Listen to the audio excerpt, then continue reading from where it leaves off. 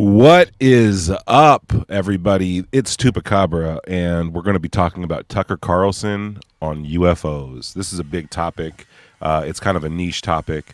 A lot of the clips I'm going to be pulling from are actually stuff we posted from Skyfire News, right? So if you don't follow Skyfire News, get over there and give it a follow.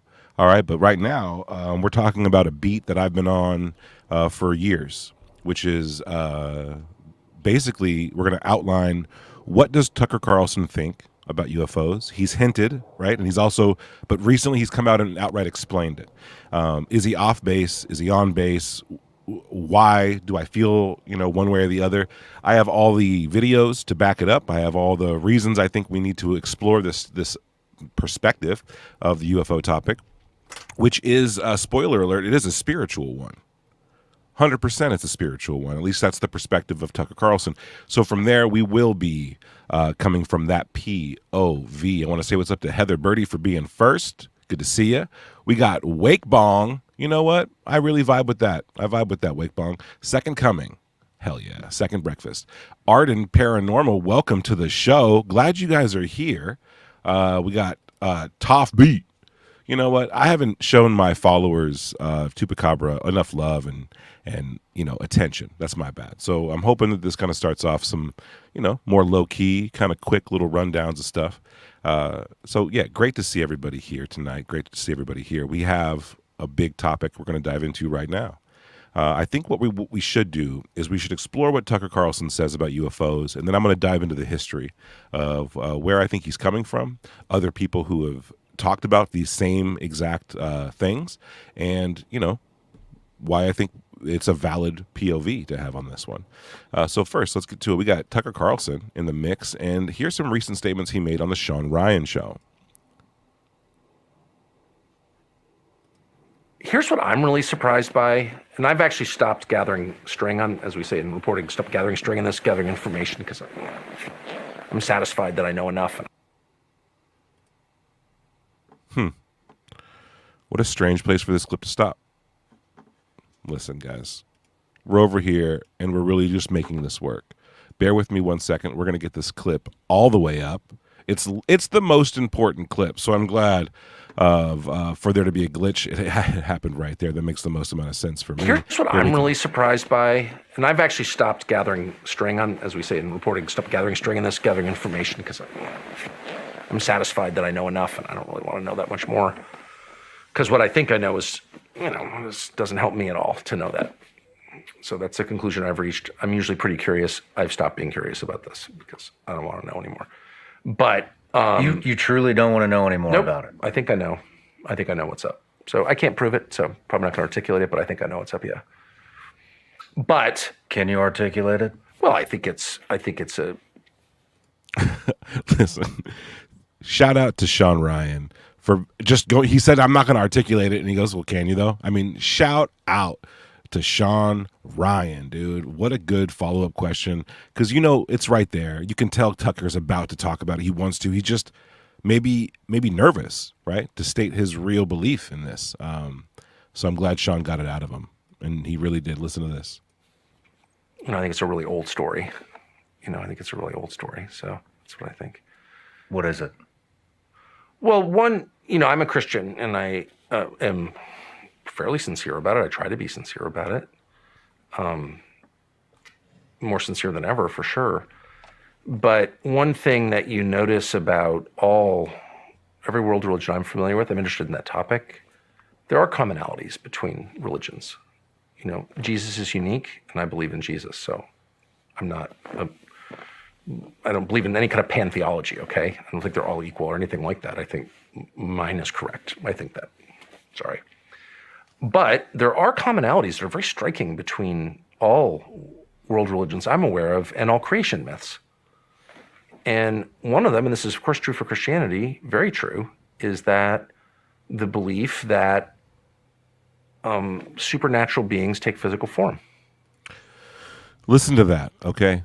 Supernatural beings take physical form. And he gave about a minute preamble about how, he believes in Jesus Christ and about his faith before even jumping into the details of his topic. He had to give the premise first, right? Which is really important. It foreshadows what he's about to say and where he's coming from. Spiritual beings taking physical form. They all believe that. The Greek myths, Jesus, most famously, but that they take physical form, that they're not just like some ethereal, they're not just shadows floating around, specters, fog, that they're physical. Like they're as real as the arm of your chair. And that they reproduce with people. Again, Christianity believes that. Jesus. Immaculate conception. Spirit reproduces with human woman. That's what the story is. And it's described in Genesis as well, in Genesis 6. But again, it's not just the religion of the ancient Hebrews or the religion of the modern Christians. It's Hinduism as well, and the animist religions, the religions of, to the extent we understand them or know about them, of the American Indians, all the same. So if every culture in the world that we know about, has left any kind of written or physical record, is reaching the same conclusions about something, maybe there's something there. Mm-hmm.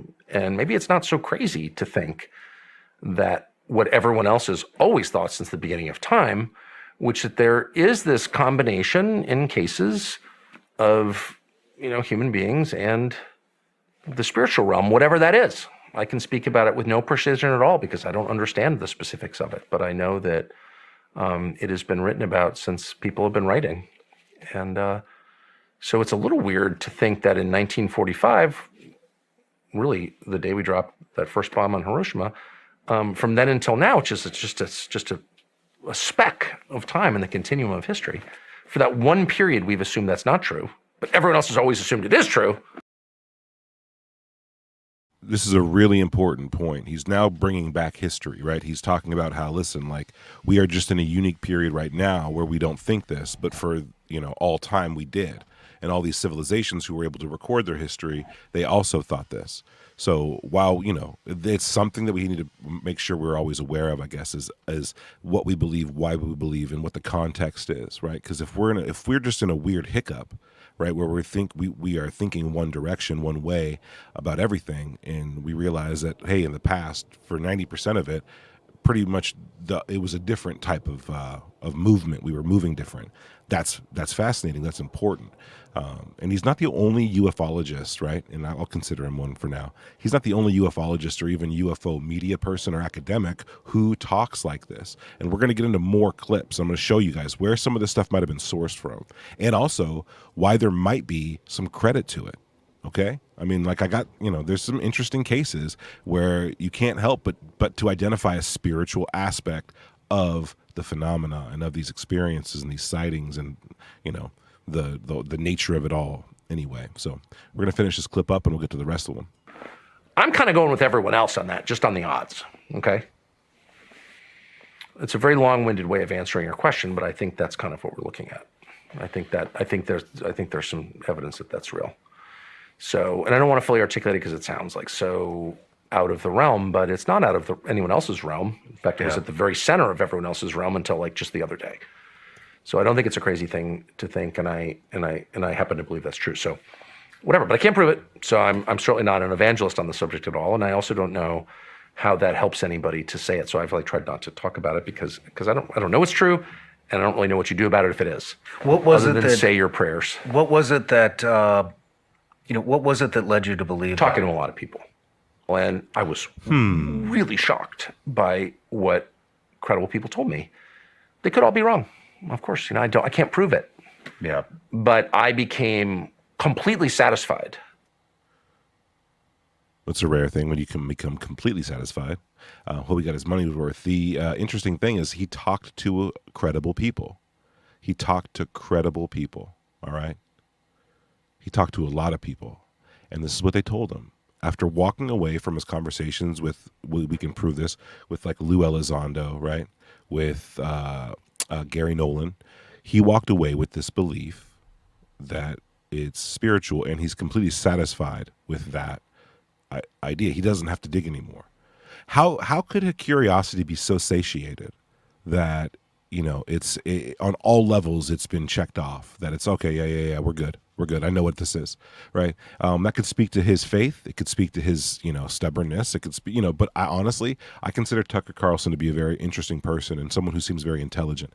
And he's proven that over the years. I used to mock his bow tie and his dumb hair back in the, the outfoxed days. I get it. But right now, the media is changing. Things are changing. Tucker Carlson is definitely on the forward end of that media spectrum. And he found himself on the forward end of the UFO topic because he's able to look at this stuff and talk to the right people. When I say right people, in this instance, I think there are leading academics, such as Gary Nolan and whatnot. We're going to get to those people. But for now, he's around and he's talked about it. He's talked about it at length. Right. I mean, he has. He went on the Joe Rogan show. I don't know if he's been on it multiple times, but he went on there and he spoke to Joe Rogan pretty clearly, right, about like what he believes about these things. And then he goes on to talk about who he's talked to, Gary Nolan, Lou Elizondo, and whatnot. Here's a clip from Joe Rogan. All right, now listen to this. It's a little bit more of the same thing. So they're from here, and they've been here for thousands of years, whatever they are. And it's pretty clear to me that they're spiritual entities, whatever that means. They're supernatural, and which is to say, supernatural means above the natural, above the observable nature.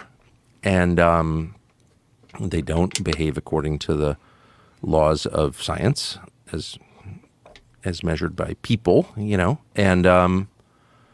they've been here for a long time. And there's a ton of evidence they're under the ocean and under the ground. So, like, with that fact set, what do you conclude? Tons of evidence that says they're under the ocean and under the ground. Creeped out. So, yeah, there you go. You know that Gary Nolan was a guest on Tucker Carlson's show, and they found out that they were both from Windsor, Connecticut, which is a rare thing to happen. It's a rare coincidence, right? But it did happen. And so I think that there was quite a bond that got struck up in there, right?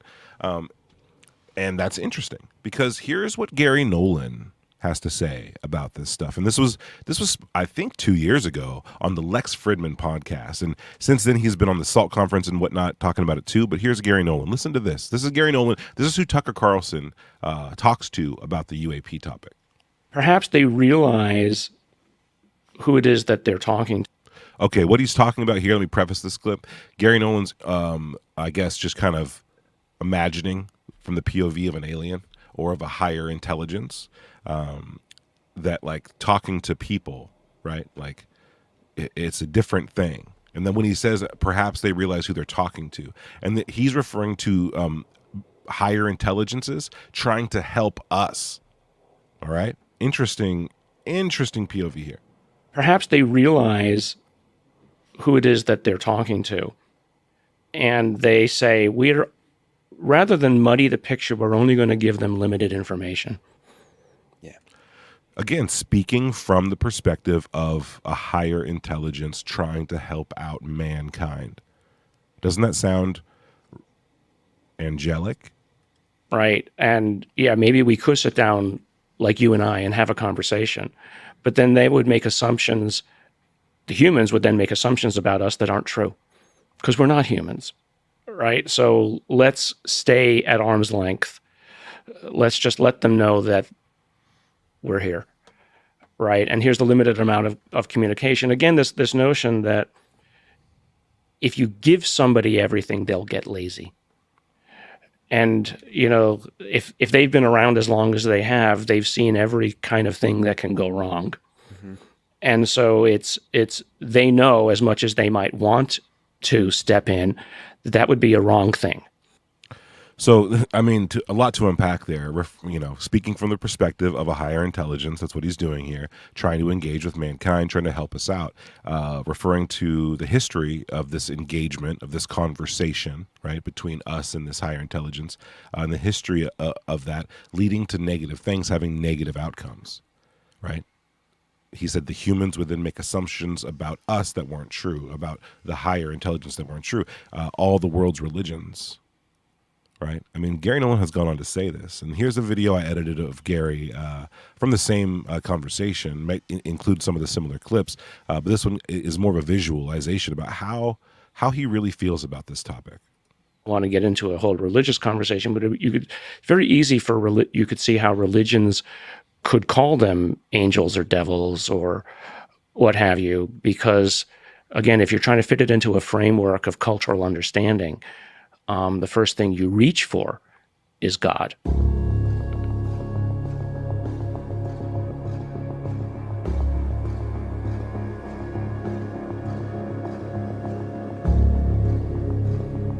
I mean, if you go back to the whole notion of, okay, how long has this been around? It didn't just start showing up in 1947.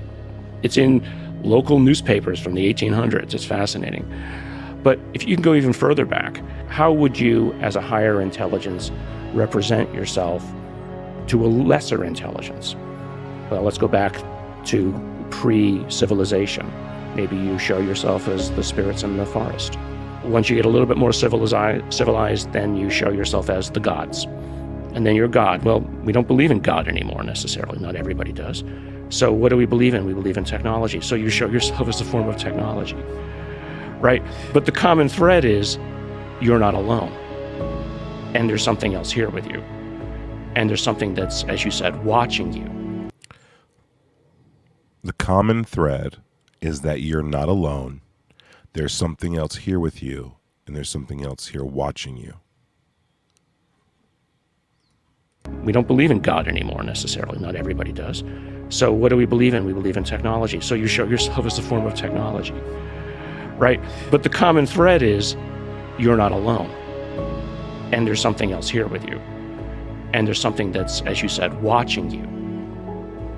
It's kind of like you've lived on an island your whole life, and you've looked across the ocean and you've never imagined there was another island with anybody else on it. And then suddenly a ship with sails shows up. You don't understand it, but you realize that suddenly your world just got a lot bigger. I think we're in one of those moments right now, that our world view, our galactic view, is opening, right, to something a little bit bigger. And not just that there might be somebody else, but that there's something else. Could the UFO phenomenon be manipulating us? Could it be a teaching system of some sort? Perhaps something that we are creating ourselves, perhaps a series of images that we are projecting. Wild stuff. I like that video a lot. I think the religious undertones here are striking, right? They're like in your face, and that's what they're so blatant. And if you were to look in the background of Gary Nolan and Tucker Carlson, you'll find like a Catholic one, right? And you'll find there is a spiritual aspect to this research. But Gary Nolan, the reason why he's important is because he is, he's like one of the leading academics on the UFO topic, right? And he's got his hands in almost every aspect of it, from the congressional political stuff to the corporate private company stuff, and even online, right? He's got a Twitter account, and he is known for blocking people. So if that happens, you know what I mean? Just kind of like lean into it. You know what I mean? Just lean into it. If you're out there and you got Gary Nolan in the mix, let's say it's your birthday. My birthday, friends all around. I should feel lucky. But I looked at my phone and seen that Gary Nolan blocked me. What the hell? You might get blocked. So that's a lot of this, right? This idea there's a spiritual aspect to this is one that Tucker's kind of feeding into. And there's this weird case, right? There's this case that I think exemplifies some of the spiritual part, right? And this case is called the Dorothy Isac case. And she was a longtime experiencer. She has since passed on. But from 1970, I don't know, 4, I think I might be wrong there, all the way to 2017, I think when she passed away, she was having experiences. The unique thing about, one of the unique things about Dorothy Isac is that she actually, right, Dorothy Isac actually, she recorded all the stuff, so that's great, on film, on a Super 8 camera. Okay, so she recorded a ton of UFO footage being visited and whatnot by these UFOs, even some that she claims are aliens, right? Like videos of actual alien beings. And when she explains her first sighting, right? When she explains her first sighting, she describes it as like a beautiful thing. And I think that that's a really important part of this, right? She has a UFO experience, but internalizes it as a beautiful spiritual thing from the very start. And she develops a relationship with the UFOs and with the lights, right? She develops a full-on relationship with them. And I don't mean romantic or whatever, just like she starts out little minimal bits of conversation and then goes into like very much more in-depth types of conversation with these beings, like to the point of being like, can I see you? Can I, your lights are too bright. I want to see inside the window, like that kind of stuff. So check this out. Dorothy and her films are one of the most, if not the most important UFO experiencer stories that you've probably never heard of. Her name is Dorothy Isac, the world's most unlikely UFO contactee. She has regular contact with extraterrestrials, and her outrageous accounts have passed every scientific test. On November 9th, 1974, Isac was in her Vancouver, BC home making tea when she says she got the intense feeling that someone was watching her. This prompted Dorothy to look out her kitchen window, at which point she saw this. I looked up in the sky, and here was this enormous craft that looks like a huge like diamond-shaped thing up in the sky. It was so beautiful to look at that I felt I was really lifted up. It was absolutely a wonderful feeling. I wasn't afraid at all, I felt very privileged to be able to see something like that. After several failed attempts to convince her family of what she was seeing, she decided to film the lights on a Super 8 camera. What I saw in the sky was just round objects of light, round balls of light. But what was on the film... When Dorothy examined the film, she found individual frames of explosions of light moving around the scene. Sometimes these lights would illuminate enormous solid craft that would otherwise be invisible to us. Sometimes there were beings in the crafts. Not only was she able to film them with 3 different cameras, she claims she was able to communicate with the beings behind the strange lights in the sky. Oh dear, I can't see it, the light's so bright. I said, I need to film you. I said, can you turn the lights off the ship and I can film you? And they did, the lights go off, the aliens are there. Listen, listen. All right. This is allegedly footage of alien beings inside of a window of a UFO. All right. I just don't think that should be looked over.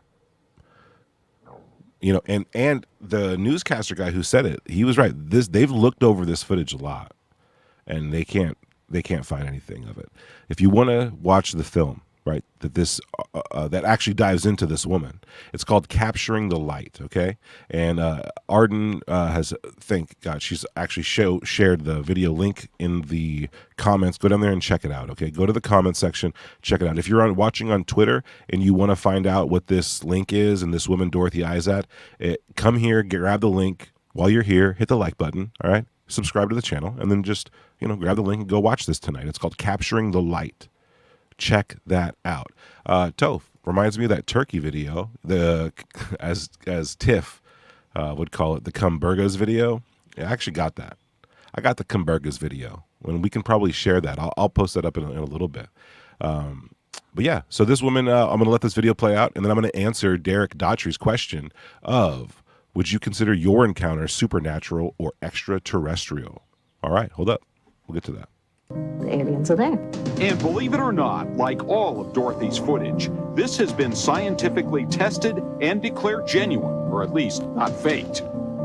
But whoever Dorothy was talking to, they were able to show her so much in so little time that researchers are still poring over the more than 30,000 feet of film she left behind.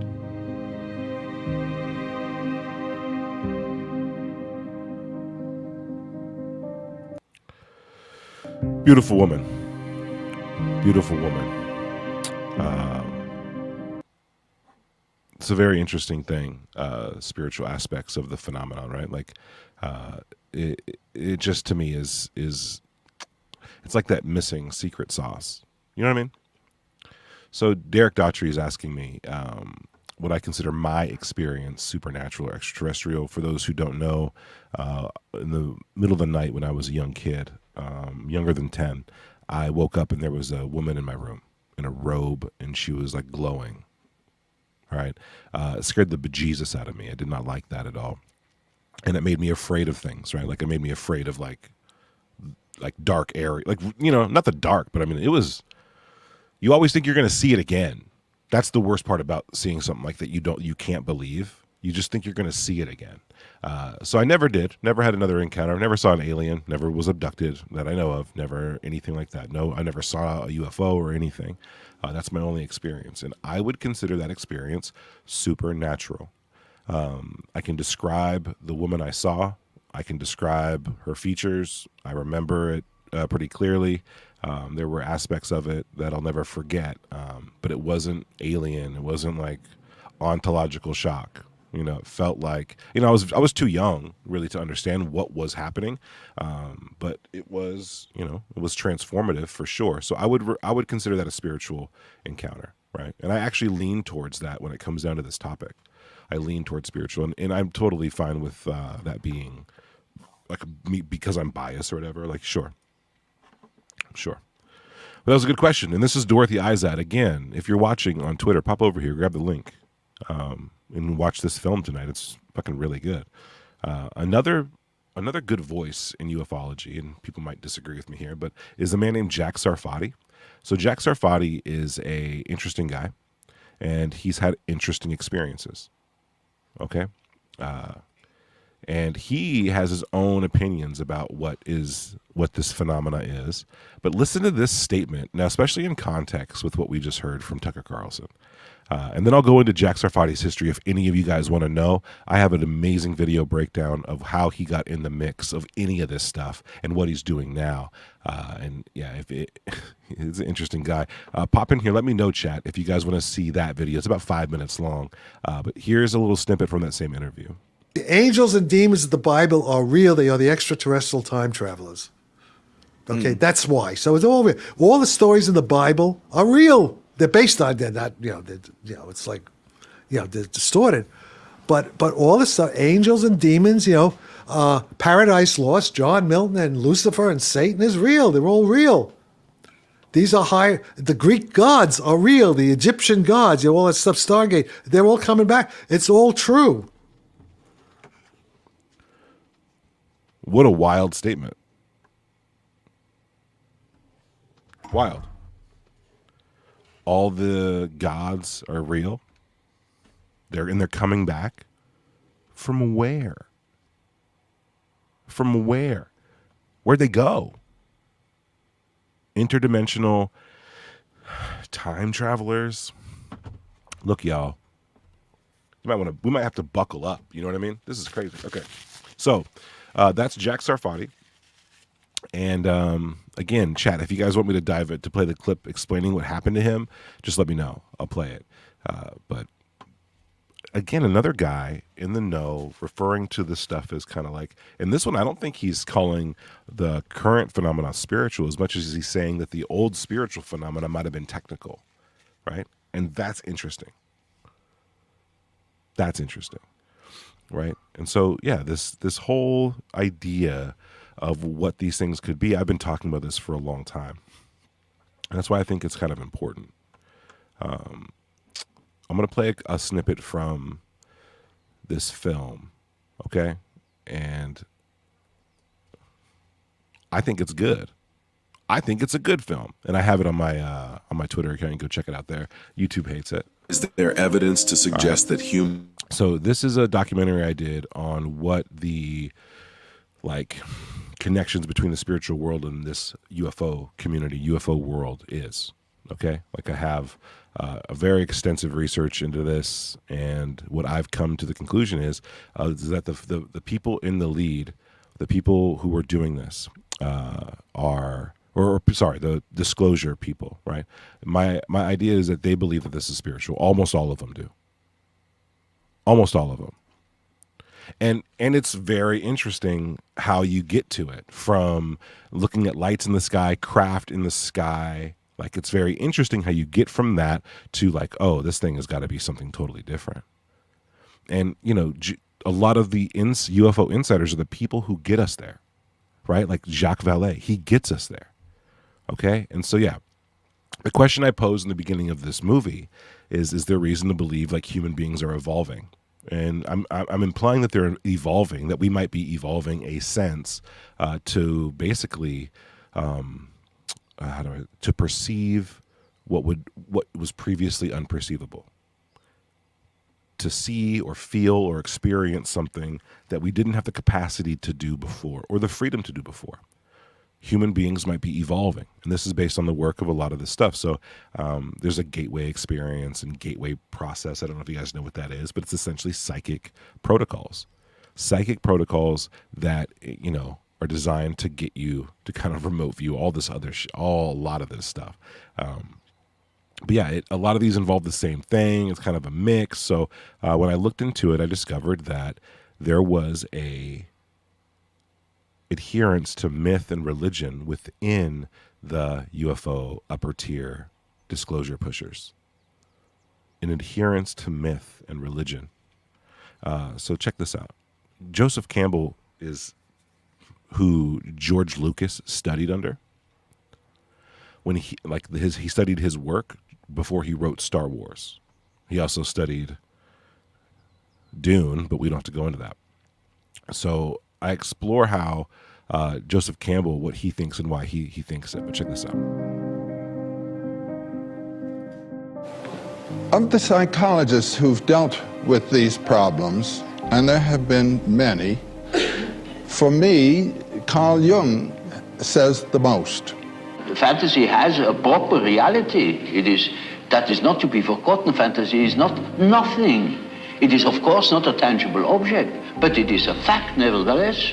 It is, a form of energy.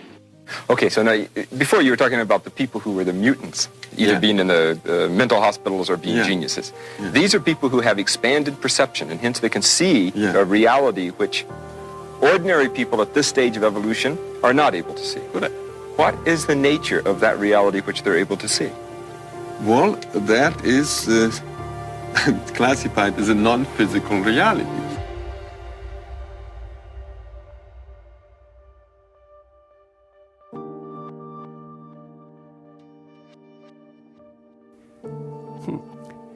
Dreams and mythological representations share an essentially narrative structure. It's not so unreasonable to notice that a dream at night is like the movie that you play in your head.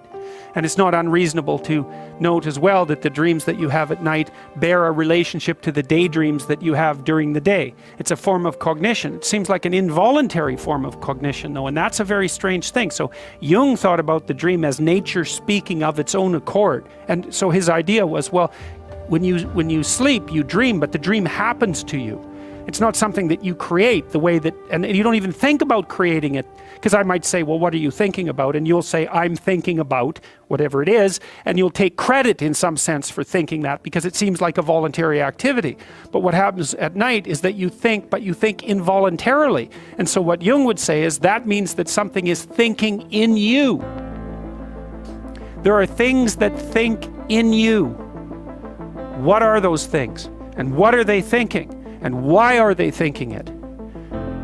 In the time before Reformation, people dreamt of the great change. And that's the reason why such great transformations could be predicted.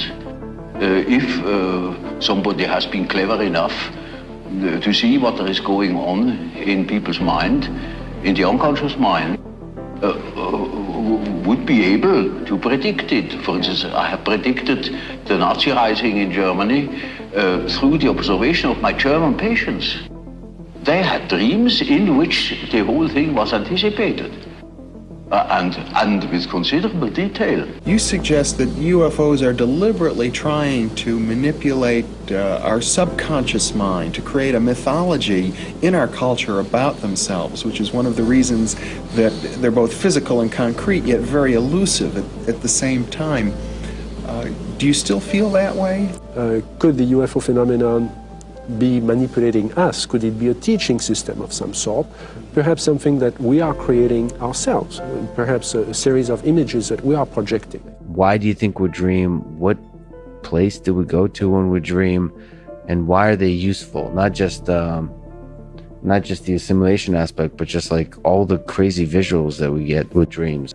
I suspect that dreaming is more metabolically costly as a conscious experience than not dreaming. So you could still have REM sleep, but absent the conscious experience of dreaming was probably less metabolically costly. And we've now since discovered that dreams have a function. The first, as we mentioned, creativity. The second is that dreams provide a form of overnight therapy. Dreaming is a form of emotional first aid. And it's during dream sleep at night that we take these difficult, painful experiences that we've had during the day, sometimes traumatic, and dream sleep acts almost like a nocturnal soothing balm. And it sort of just takes the sharp edges off those difficult, painful experiences so that you come back the next day and you feel better about them. It's not time that heals all wounds. It's time during dream sleep that provides emotional convalescence.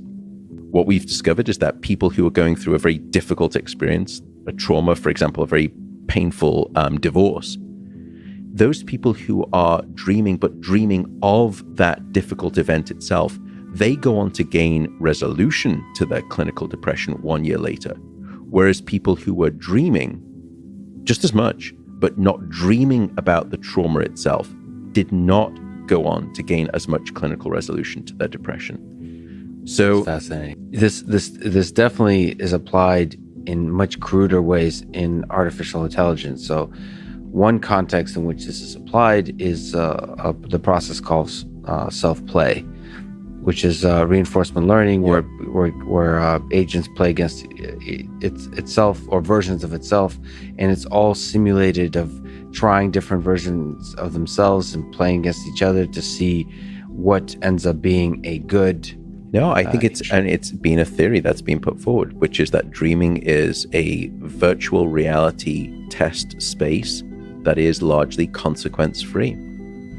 Yeah. What an incredible gift to give a conscious mind each and every night. The dream is trying to tell you what it's trying to tell you as clear as it can. That's just the best it can do.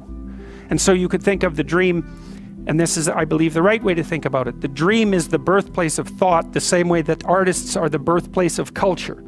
It's exactly the same process. It's that your mind is groping outward to try to comprehend what it has not yet comprehended.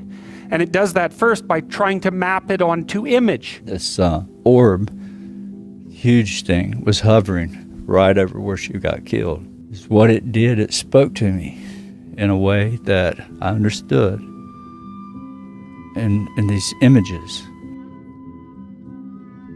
What the spirits of form want to achieve with us until the end of our earthly development must first be embodied in images, and these images will later be instrumental in transforming humanity.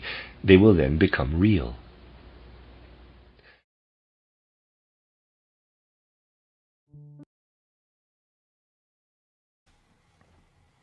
All right, I showed you that because I think it's like vital. It's vital. How and why we'll get into right now. So this subject about dreams. Tucker Carlson explained in the beginning of this video that, these things he thinks are spiritual, non-physical beings becoming physical, right? That's very interesting. Non-physical beings becoming physical, getting into our physical world, transforming, even like interbreeding or something, right? Mixing with humans, it's very interesting. But like, where are they coming from? In the spiritual world, what is that? From my own research, I've determined to my own satisfaction that it's the dream.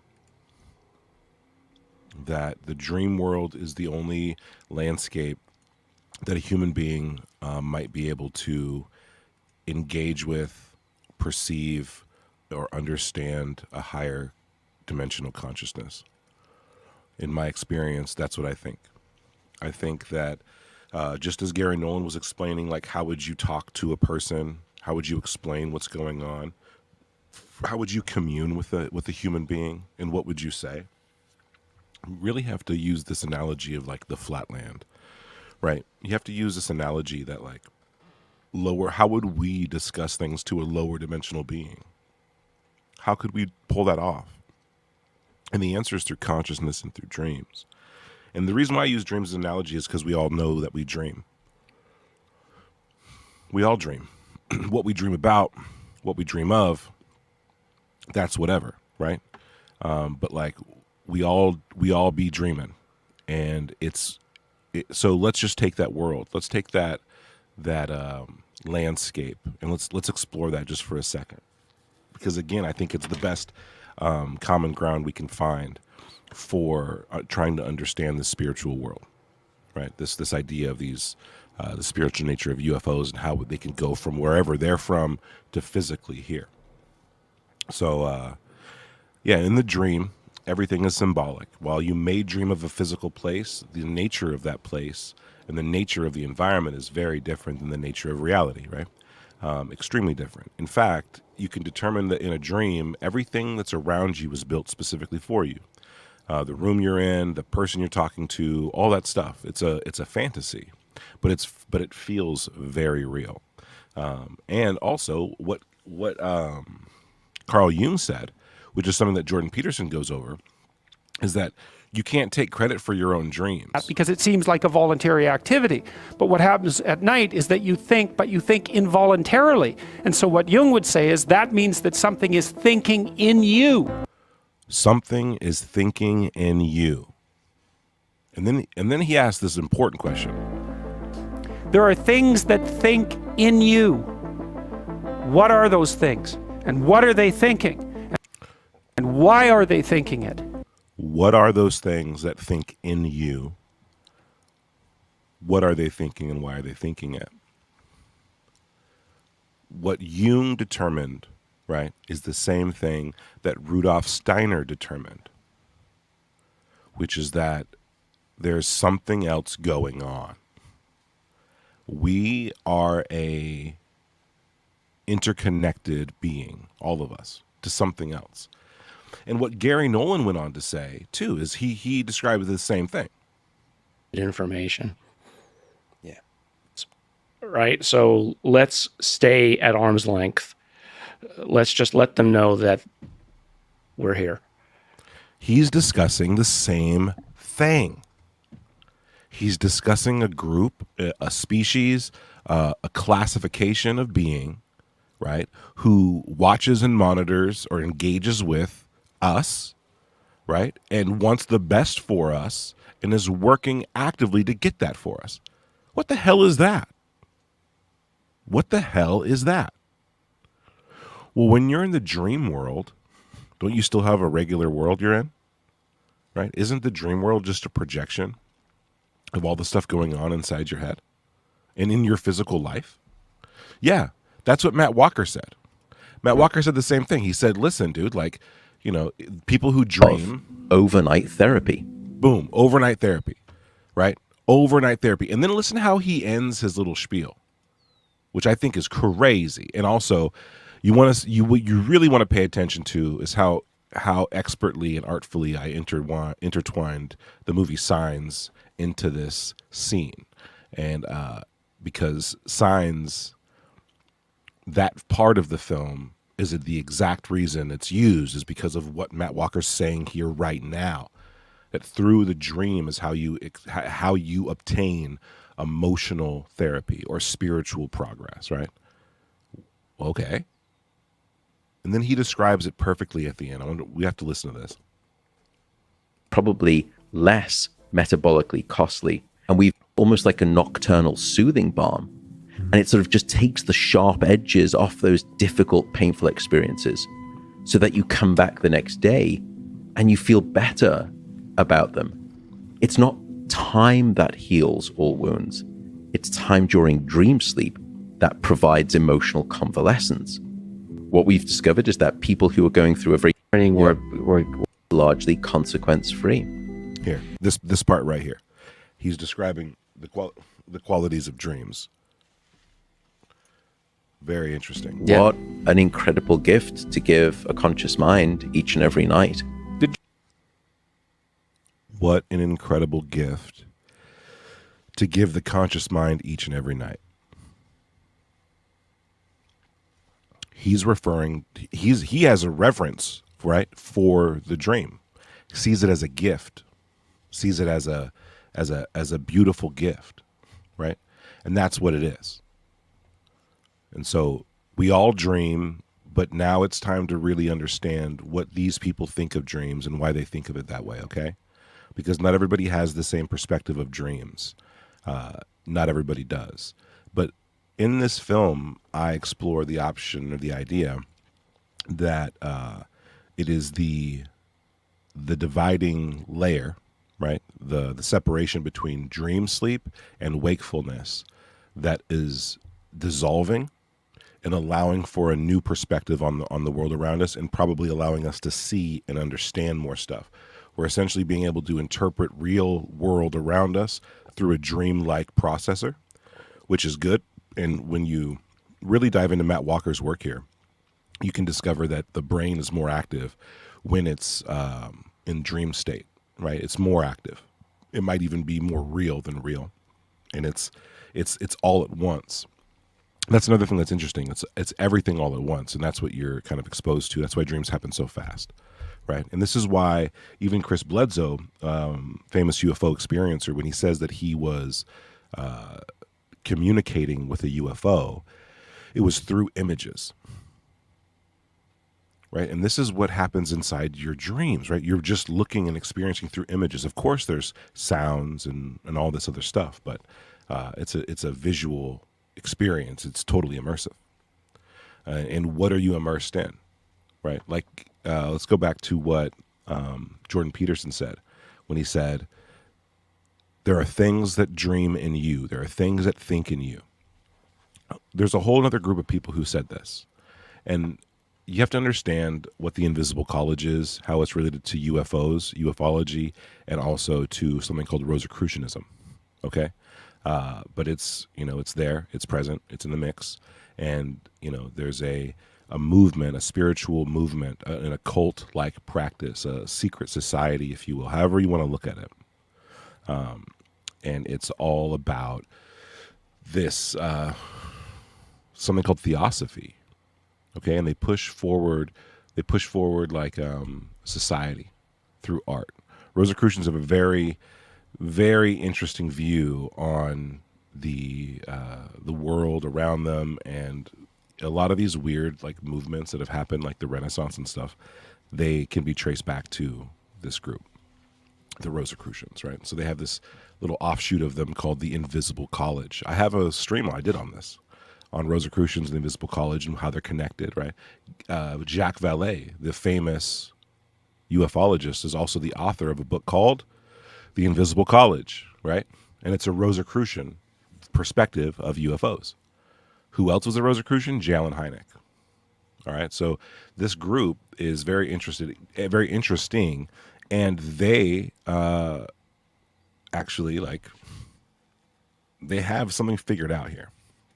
And so one of the famous Rosicrucians is Rudolf Steiner.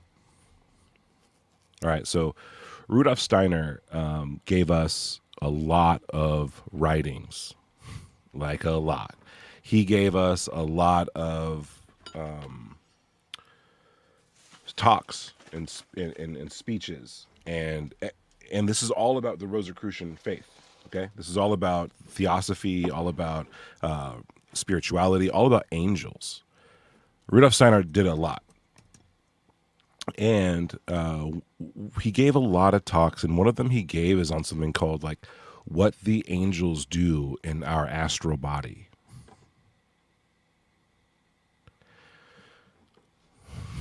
I'm going to say that again. What the angels do in our astral body.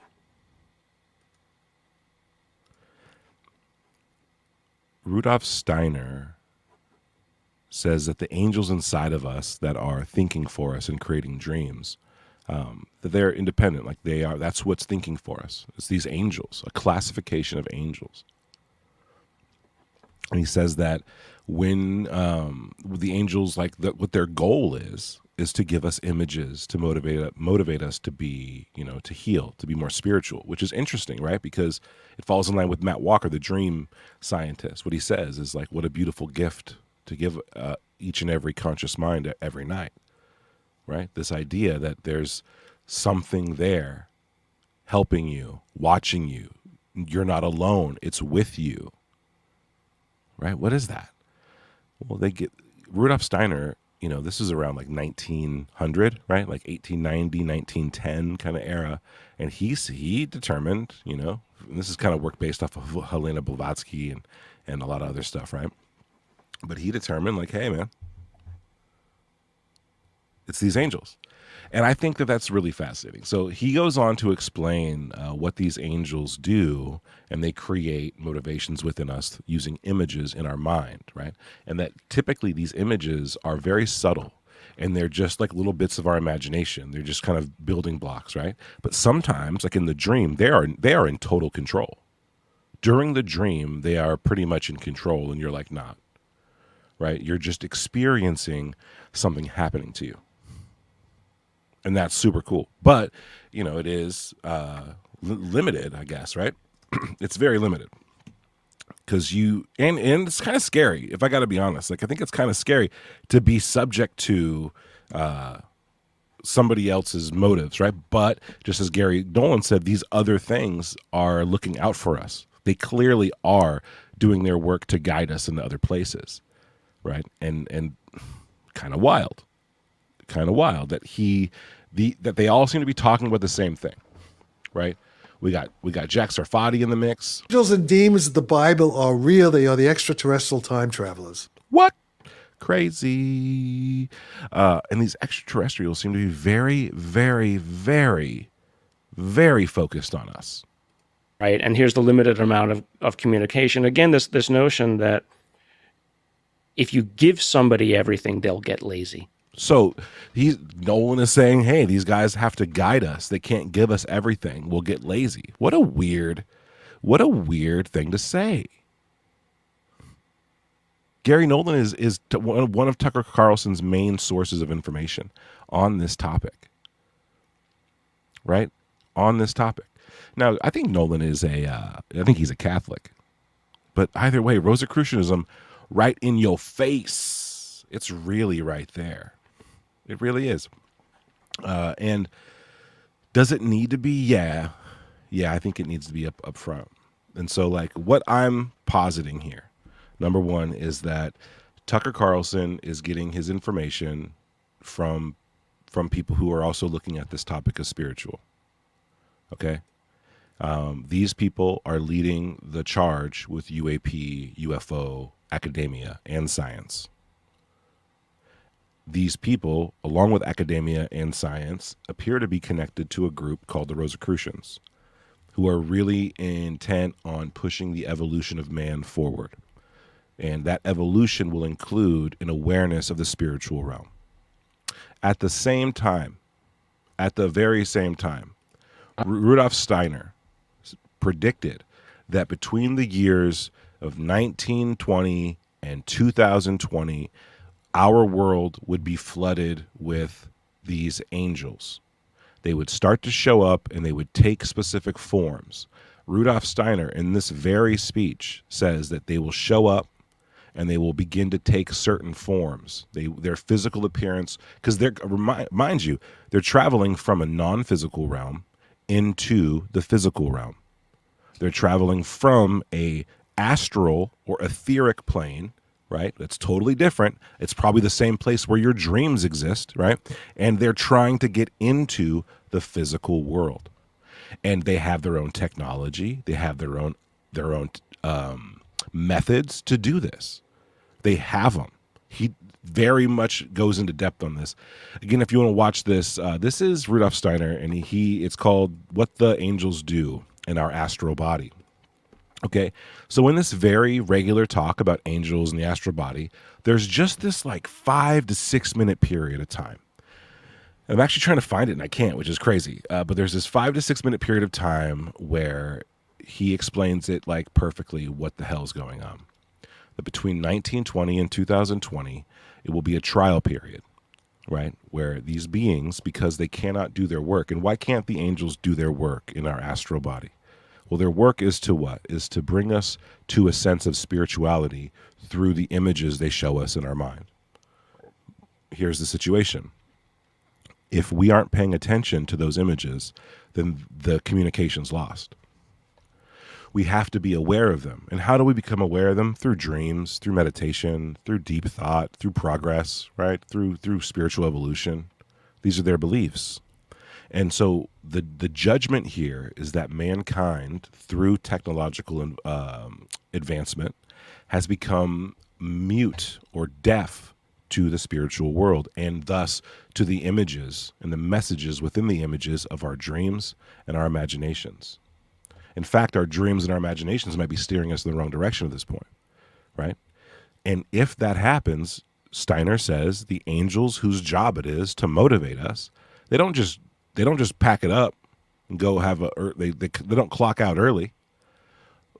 They begin to leave the astral or etheric world, and then they manifest into the real world. And what do they do when they're here? What does Steiner say that they do when they're here? He says that the work they do when they're here can only be done if the person is asleep. So they are traveling from a place where probably there is no time or space or distance between things, okay? And now they're here in a craft, in a submarine or something, right? And they're here, and they're looking for a very specific person, people. Most likely they're looking for people, specific people who are not listening to their dreams. Why are they doing that? Because they're, instead of showing them images, they're going to do something very different. And the thing that they're going to do is not that great. It's a risky procedure, and it involves the inducing of sleep paralysis. It involves a lot of weirdo stuff that Steiner barely describes, but is very adamant of how bad it is. So imagine now, right? Imagine this concept. Let's process this, right? We have a concept here that says that these UFOs and that these beings might be, right? They might be angelic or dreamlike in nature, made manifest into reality. And their sole purpose is to find individuals whom they might be connected to, and then to force them into an experience that pushes them towards God, pushes them towards the realization of the spiritual world. Now, take that concept, take that theory, whatever you want to call it, and then look at all the other UFO cases. Look at the UFO cases around the world. Read about them. Listen to people who have experiences. And then under that lens, tell me if you see anything that's a lie. Again, before anyone predicted the coming of anyone from space or any odd-shaped looking people, any people who might be interested in the human soul, 100 years, before this conversation today, this man here, Rudolf Steiner, a theosophist, a Rosicrucian, an anthropophysicist, I don't know how you can pronounce it, but this guy said this is going to happen, and this is the years it's going to happen. And then if you look at the timeline of like events, right, the UFO timeline of events, you can see that it kind of was quiet, and then all of a sudden it wasn't. It was quiet, and now it's not.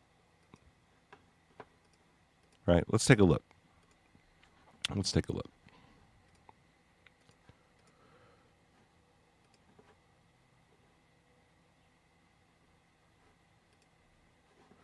Here's a timeline, right?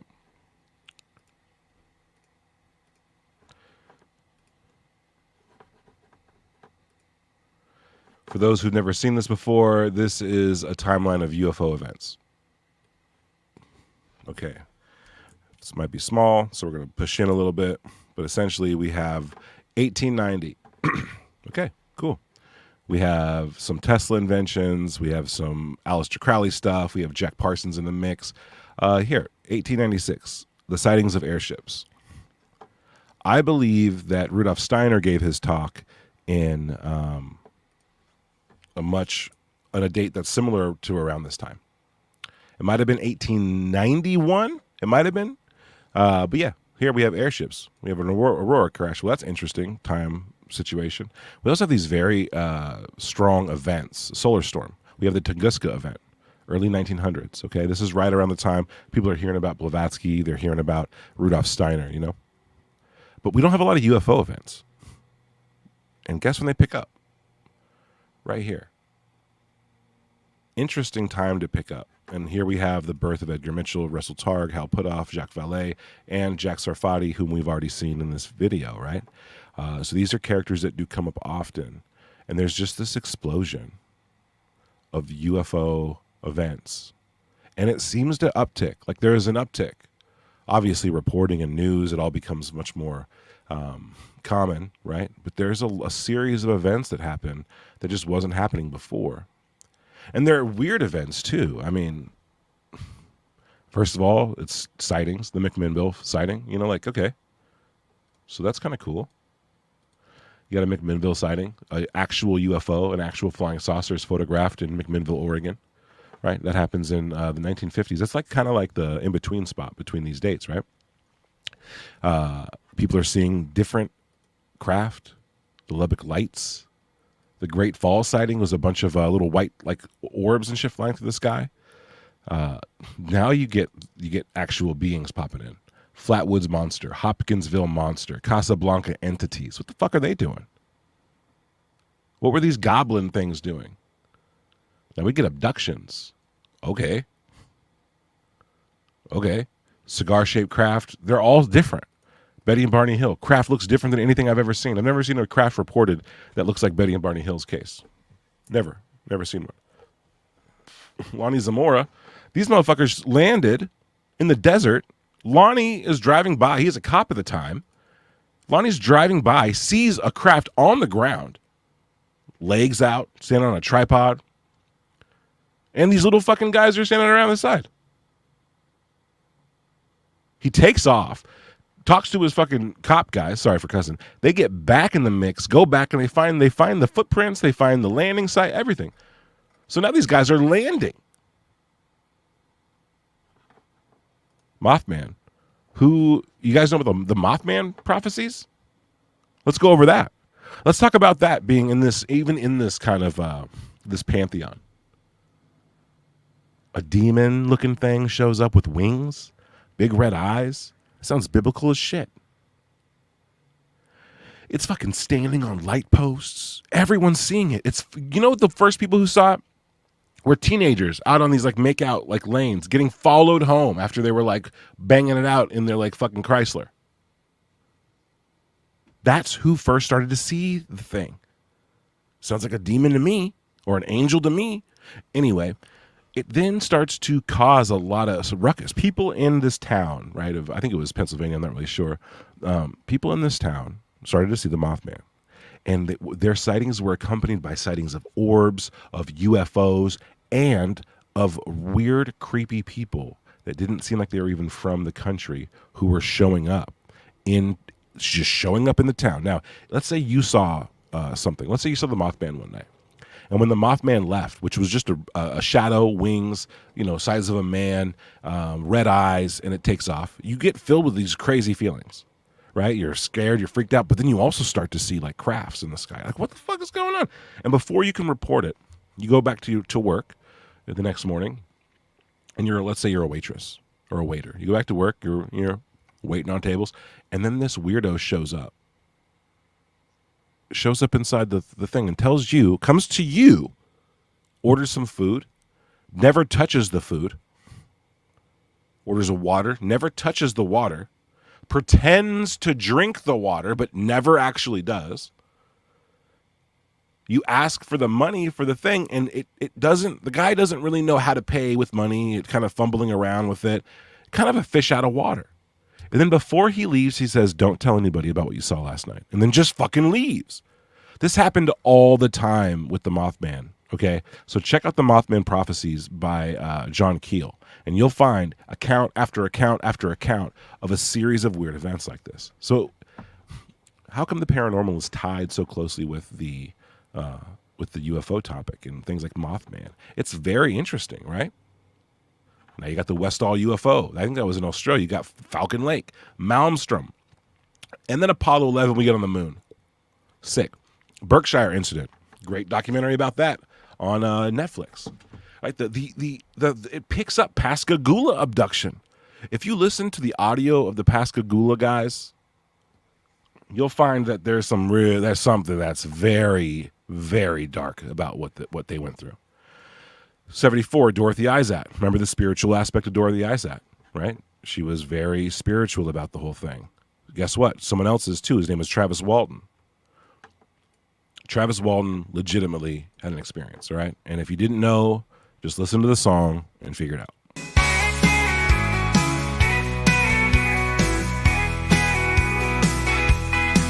We was chopping down trees in an Arizona forest, cutting off the sleeves of my work shirt.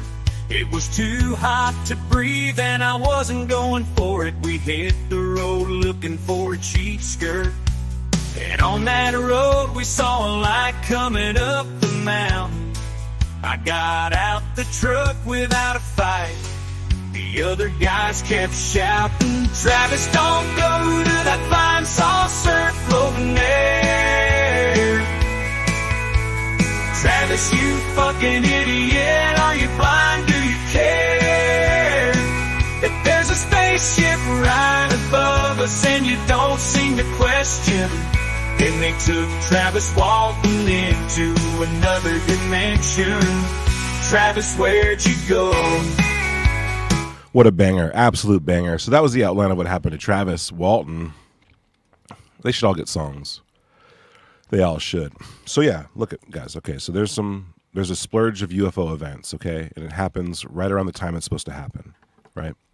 It does. All quiet on the Western Front, and then boom, they're in the mix. Now, the guy who predicted this is, like I said, his name is Rudolf Steiner. And he's the guy. He's a guy. Go look him up. Go listen to him. If you're on Twitter, go onto YouTube. Type it in, Rudolf Steiner. You're going to find countless things that he said. I have a selection of him talking about what the angels do, and then what form they will take when they show up, what they're going to do when they show up, what they're going to do to human bodies and minds, and his views on it, which are not good. He insists that what's going to happen is not that great. It's very vital, he says, for people to kind of start waking up to what's going on. Again, he describes beings coming from the etheric or astral plane, a non-physical place of existence, creating vehicles and crafts, creating methods and practices of getting into the physical realm and staying here. And staying here. And listen to this. Mine is correct. I think that. Sorry. But there are commonalities that are very striking between all world religions I'm aware of and all creation myths. Old story. So that's what I think. What is it? Well, one, I'm a Christian and I am fairly sincere about it. I try to be sincere about it. More sincere than ever, for sure. But one thing that you notice about every world religion I'm familiar with, I'm interested in that topic, there are commonalities between religions. Jesus is unique, and I believe in Jesus, so I don't believe in any kind of pantheology, okay? I don't think they're all equal or anything like that. I think mine is correct. I think that. Sorry. But there are commonalities that are very striking between all world religions I'm aware of and all creation myths. And one of them, and this is of course true for Christianity, very true, is that the belief that supernatural beings take physical form. Boom. Boom. Supernatural beings take physical form. Again, I think what he's talking about is entities that live predominantly in the dream world or in the world of thoughts becoming real, taking physical form. And What does that mean? Well, like honestly, like this is where we're gonna end it. And I want to thank you guys all for being here. If you guys are watching on Twitter, please pop over to YouTube and just give my account a follow. Maybe give this video a like. It goes a long way, right? I'm trying to put out more of this stuff more often, right? So like your support would actually mean a lot. I appreciate all you guys over there on Twitter. But it doesn't take much for a man, right? A human being to take astral form. You know what it takes? Falling asleep. Putting your body to sleep, shutting your body off. That's all it takes. We don't have to build vehicles to get into the astral realm or to get into the dream realm. All we have to do is fall asleep, become exhausted. So the methods to get over here might be as easy as that for these other beings, right? Maybe they have to put their astral body to bed, something that, this concept that we have here, maybe they look at it differently, right? So their version of that, and then they appear here. Maybe they drift down. Maybe there's technology, like in the film Inception, right, where they discuss how is this technology existing where we're all dreaming together. And what do they say? It was a military technology designed for military exercises to diminish the risk of training. So groups of people can train together in the dream world. And it's not just that it's a dream world. Look at what they have to do to create this world that they're in. They have to have a person there just thinking about the space so that they can be in that space. Right? But then if you think something, it kind of becomes real, from your clothes to your hair. It's kind of like the Matrix. Right? It's a very interesting concept. So when next time you dream, you might actually be engaging with aliens. I have a ton of work on this. Listen, if I skimmed over part of this explanation, go into my YouTube account, just watch some other stuff. I might have it in there. You know what I mean? I might. If you guys have any other questions, pop in. If you think I'm way off base, let me know in the comments. Live it up. All right. Tonight on Skyfire News, we're going to be streaming with Red Panda Koala, talking about anything from the SpaceX launch that just happened to Ashen Forbes' new evidence, quote unquote, all that stuff. So give Skyfire News a follow. Give me a like. If you're not subscribed to my YouTube channel, pop over here. Let's get it done, dude. We're going to grow this shit out just like a hippie's hairdo. Thank you so much for being here, guys. Until next time, we're going to go out on, I don't know, this music. Peace out, guys.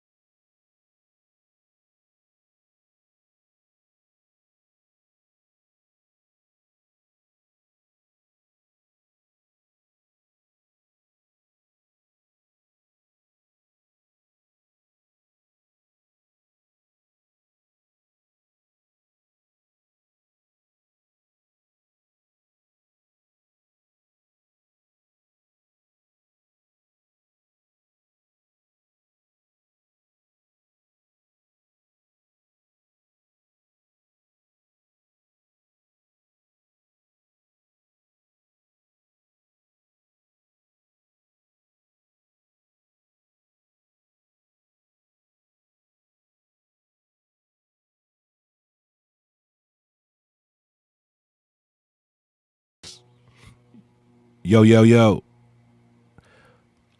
Why do you think the main reason the government is hiding it is? Sorry for, I cut out early and then I cut the music out and no one could hear me talking. So that's crazy. My bad. Superb Water 78. Tupa, why do you think they're hiding it? They're hiding it because it represents a higher technology, more sophisticated power, something higher than human beings, not just human beings technology. So the government can never admit that it's a real thing. There's no way the government could admit it. There's no way the government could say, hey, there's something better or stronger or more important to you than us. They've positioned themselves in that place, right? So the government is by nature anti-God, right?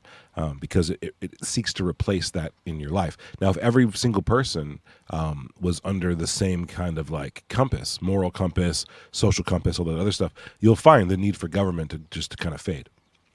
Not out totally, right? But like it would fade. It would fade because our dependency on systems to protect us would fade because we're protecting us from us, right? The biggest threats are war, right? They're not like a horde of fucking wild tigers, invading our. That's never been a problem, not since we developed fucking weapons and walls and all that other stuff. So that's the reason we have to worry about each other because we're not all under the same compass. That's the reason. Thank you all for being here. If you have any more questions, hit me up on Twitter. Pop them in here. We'll keep it going. Until next time, any song requests?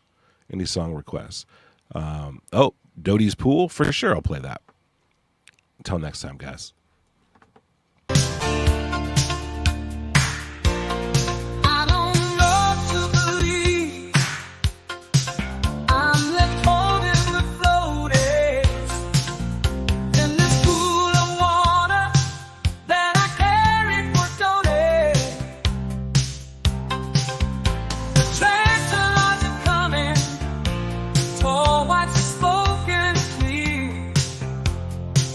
There's no use in